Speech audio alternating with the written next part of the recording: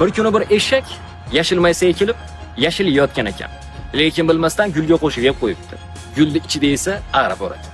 Ari ham jon qo'rquvdan eshakni tilini tishlayapti. Va eshak og'zidan arini chiqarib yuboribdi. Va bu og'riqdan eshak borib qirolicha ariga arini shikoyat qildi. Qirolicha ari ham arini chaqirtiribdi.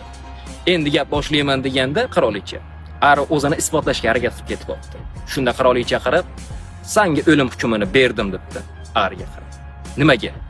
Men buni jonini qutqarib qolish uchun chaqdim. Qorniga tushganimda o'ldirishim mumkin edi" debdi.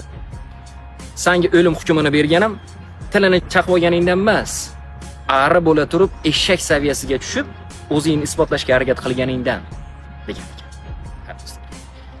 Eshaklar oldida o'zingizni isbotlashga harakat qilmang. Eshakka qanchalik kassim shum kiygizib qo'ysangiz ham baribir eshak. Xavfli do'stingni o'qib chiqing, tushunib yetasiz.